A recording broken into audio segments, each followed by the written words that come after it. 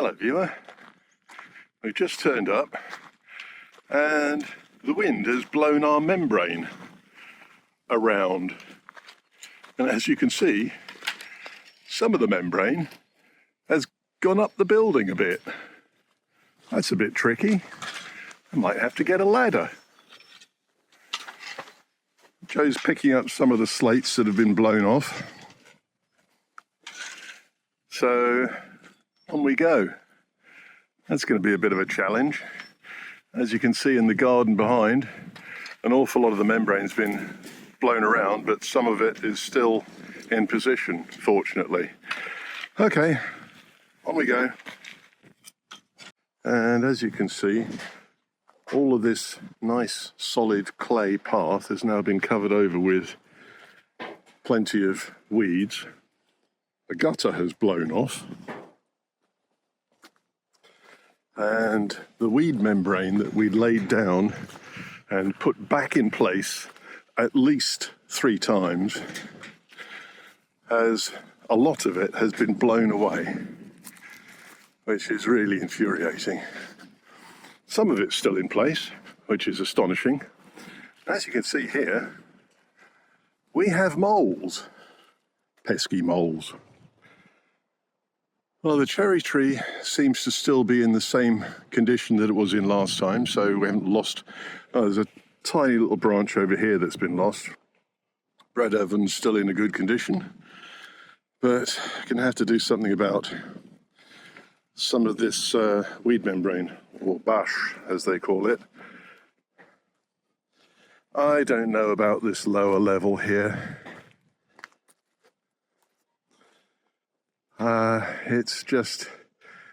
It consistently gets torn up.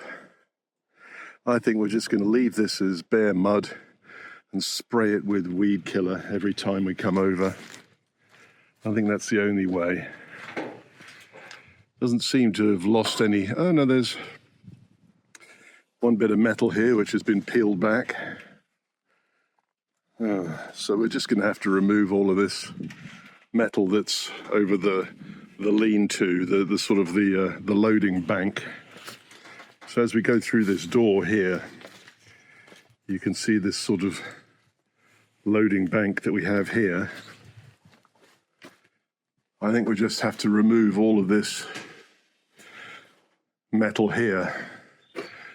At some point we'll replace this roof up here with a newer tin roof to cover the septic tank which is down here. That'd be nice to get that all covered over, but I think this bit can just come off.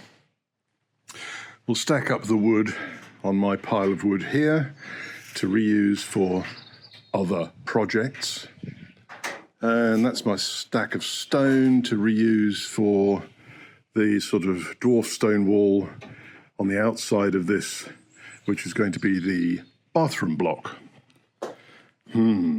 Okay. These pipes have been blown around by the wind. That's annoying. Right, on to other things. Okay, viewer, what are we going to do this time? Well, I mentioned before that this beam here has to go. Before it goes, we have to take off all of these cross members and the floor paneling which is above it. So, what we're going to do is take up all of this chipboard floor, take up all of these panels here up to probably about the staircase. We'll leave that last bit of flooring over there beyond the staircase so that there's something to stand on once we go upstairs and in. But I think we will take off this flooring over here. Oh look, there's floorboards here. Okay, we may have to take off those floorboards and replace those with maybe a slab of OSB temporarily so that we can go from up the stairs and across over to that bit, because beyond this beam and these 2 beams here, beyond that, the floor can stay for the moment. But for the meantime, in order to free up this beam so we can chop it away and remove it, you need to get rid of the floor. So let's get on and do that. Careful, nearly bashed my head. So, as I say, you've seen it downstairs, looking up. Here is the chipboard flooring. Now, bearing in mind the amount of moisture that's been in this building for the last 30 years whilst it was unoccupied, the moisture's breaking down all that nice sticky glue that holds the chipboard together. So this is, I could go through at any moment. So I'm going to pull up all of the chipboard floor, cut it into manageable sized pieces so I can take it to the dump, drop it down to the ground floor level, take it to the dump in the day or two. So first of all the way around, screws, lift the screws, cut the boards, drop them down. Let's clear the area.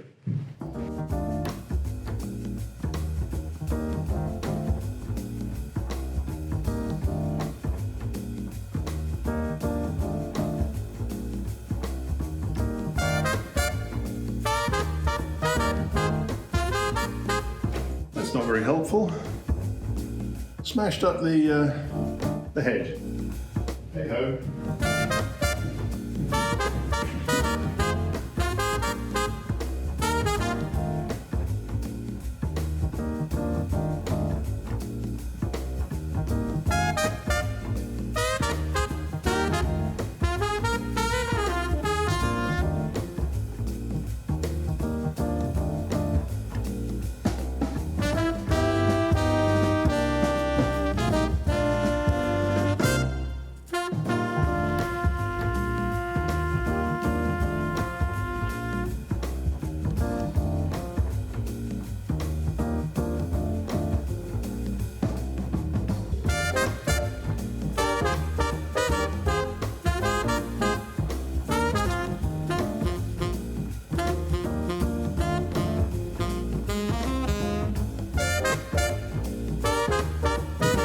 Unsurprisingly, several of the screws can't be pulled out, can't be unscrewed because they're just too rusted.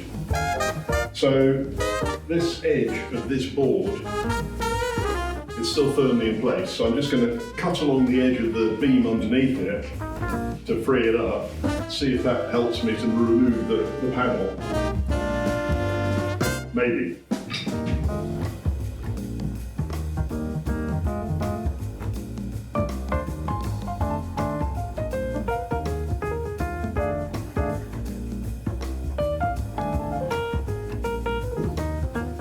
Despite the fact it's cold outside, I'm warming up quite nicely.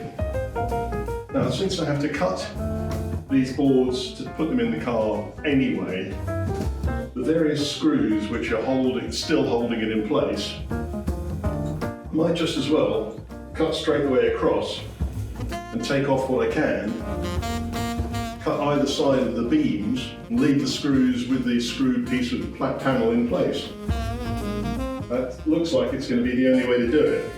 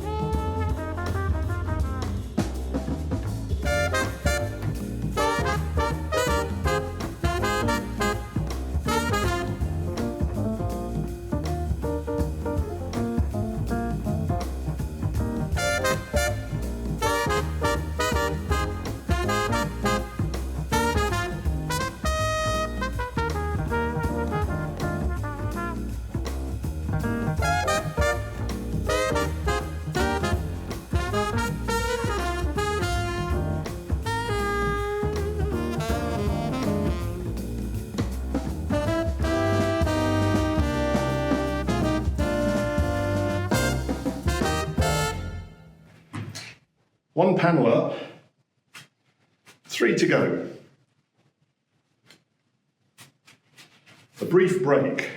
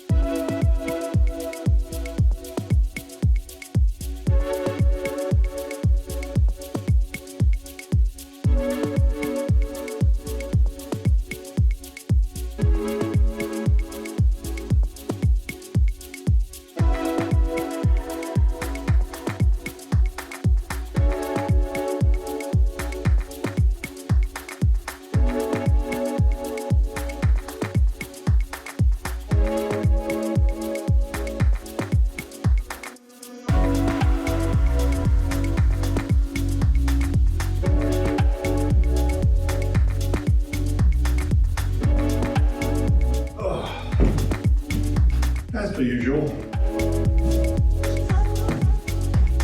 Lugging boards around has warmed me up. I'll lose this in a minute. Get rid of that one.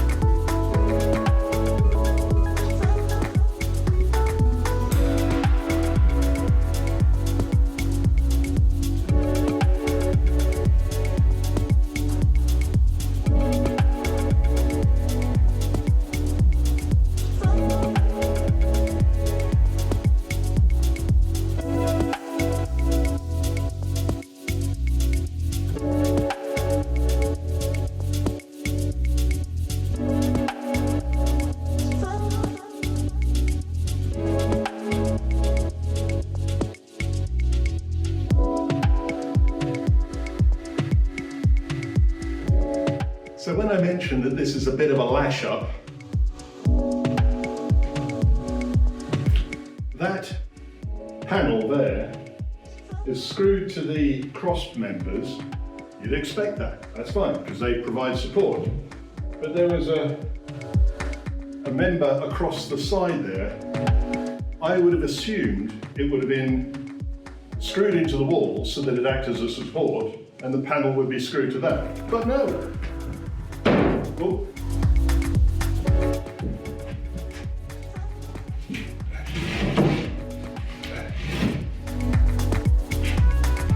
The panel is only attached to the member itself. Absolutely crazy.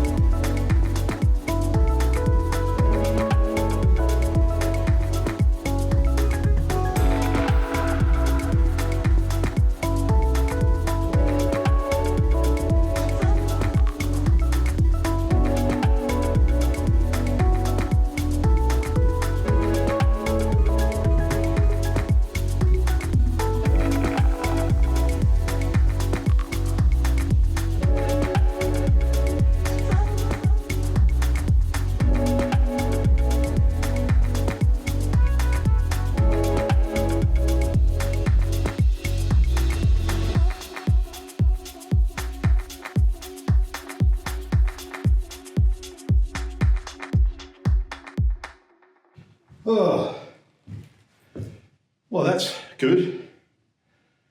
Now I have to remove these joists, clear off the top of the beam here, remove the joists on this side, and remove the panel that's here. And then we're getting quite close to having the top of that beam freed so that it's not supporting anything and we can then remove it. On we go.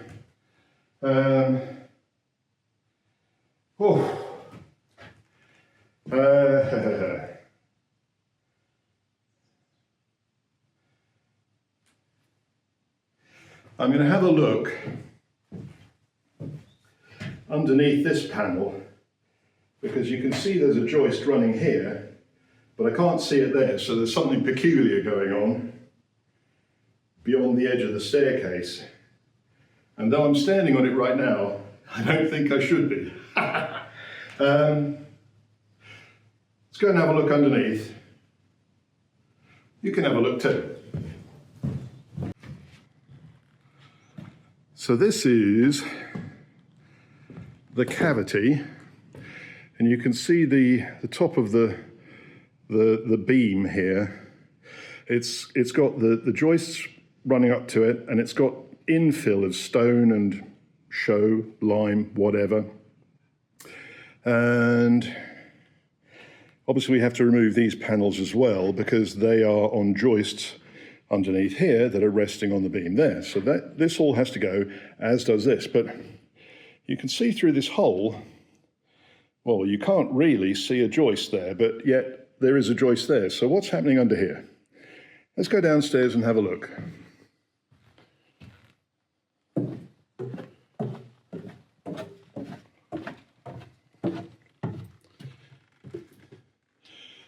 Well, we can see that the joist on this side rests on the beam. That's all well and good. But on this side, you can see that there is a disparity.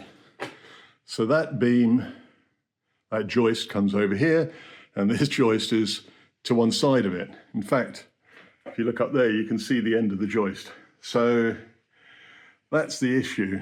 I can probably put a saw through that edge of the joist, remove that panel. This is all one panel, so I can probably remove that. Then that gives me access to lots and lots of joists to remove. I suspect tomorrow is going to be joist removal. That'll be the next video. But if I can do sawing off of that and removal of this panel, that would be a good thing to finish off today. So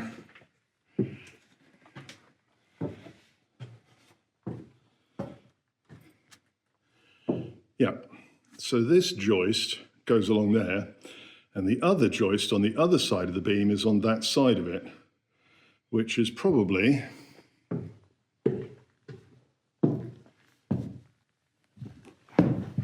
oh no, it's on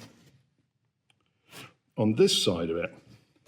So I can cut along here, along that line, to, oh actually this is all on top of the beam. So I'm going to have to make a shallow cut here. Maybe I'll get the circular saw and just do a shallow cut right the way across there, not quite through the board. That might be a better thing to do. And then maybe I can remove that panel as well. I'll have to remove the tripod. Shock horror.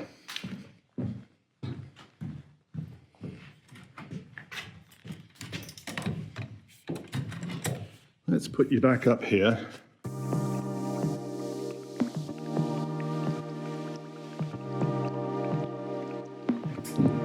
So I think we're going to leave the floorboards here for the moment. I haven't got time to remove those today. It's getting close to the end of the day, blah, blah, blah. Maybe we'll take this panel. Maybe that's enough for today.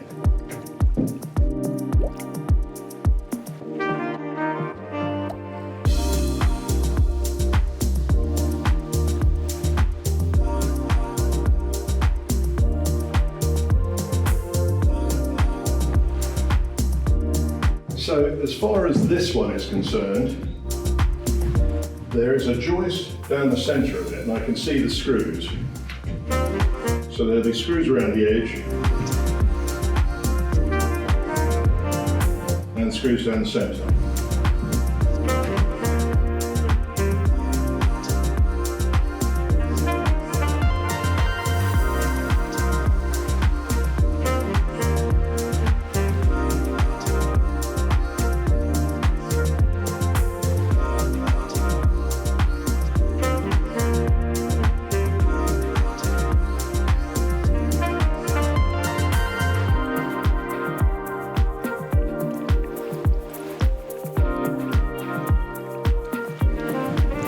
Well, it looks like the majority of the screws have stayed in the board. Not good.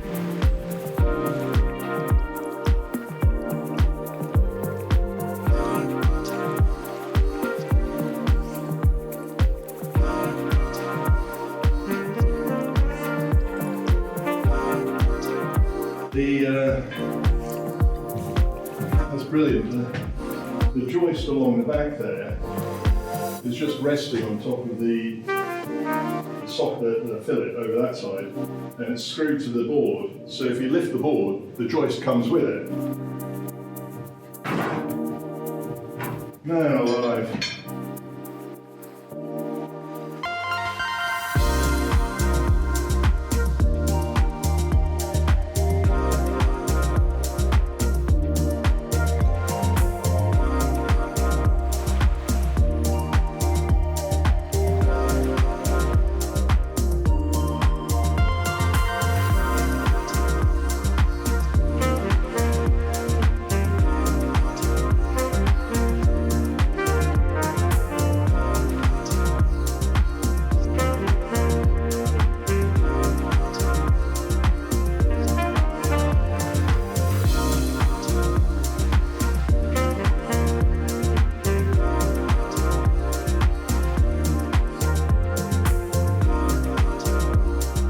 So there's another little joist in here, which that is going into. So I've got to cut further in.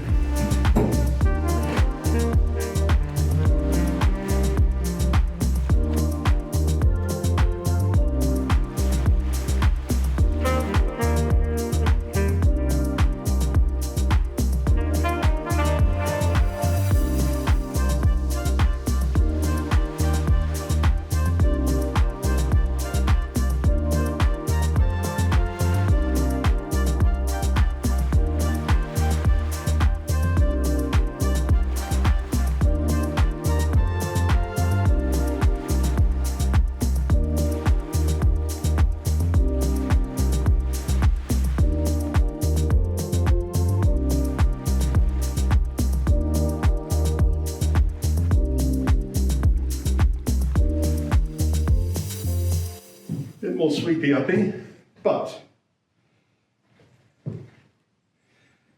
most of the chipboard is now downstairs in pieces. There's a double thick piece over there by the side of the stairs, and there's one panel left here that all need to go. But I kind of like that bit for the moment, because then I can get up and downstairs and get to this bit. Once I remove those, the only way to get upstairs here is either by a ladder or the scaffolding or something like that. So it's challenging. So I'm gonna sweep up from up here, and then I'm gonna go down and saw up some logs to take over to the other place to keep us warm for this evening. And that'll be the end of the day. You don't have to watch me saw logs. I think you've seen me do that before. No matter how dangerous I do it. All right. Thanks a lot for watching. Please like and subscribe. That's traditional. If you want to leave a comment and tell me other ways I could have done things, or if you have any questions about this bizarre sort of flooring structure, I'll see what I can answer. Alrighty, bye for now. And here it is downstairs without the upstairs flooring there. So you can see how all of these cross joists rest on top of the beam. And you can see how there's stone infill or just lime plaster of some kind. So that all the joists need to come off, all of that infill needs to come off, and then that beam is on its own and can be cut up and removed. Then we reveal the sockets around here and figure out how to put the new beam in. All good fun.